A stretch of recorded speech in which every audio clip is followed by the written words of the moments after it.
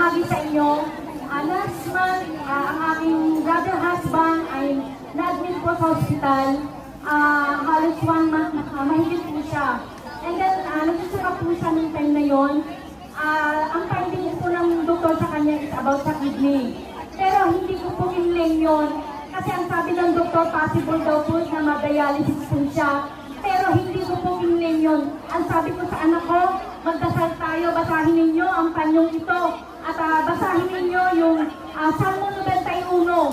At talaga ay yan, pinatotoo ng Panginoon sa atin na tayo ay sasamahan niya. At ganun nga po ang nangyari.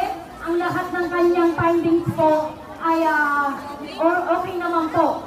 Ang kanyang kidney intact pa rin po. Kaya salamat sa Diyos po, hindi niya kami pinabayaan. At ang isa pa pong ipagpapatutuwa ko po sa inyo, last December 15 po, isa po ako sa, ang aming bahay po ay nasugod po yun. Wala po kaming nailigtas.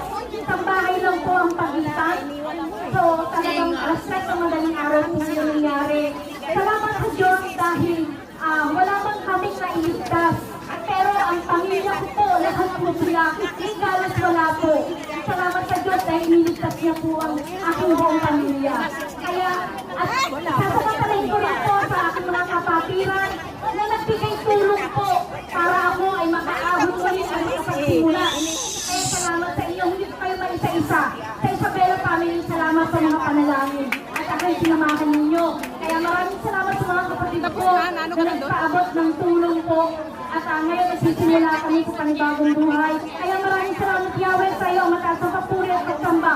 Sa Jesus name, Amen.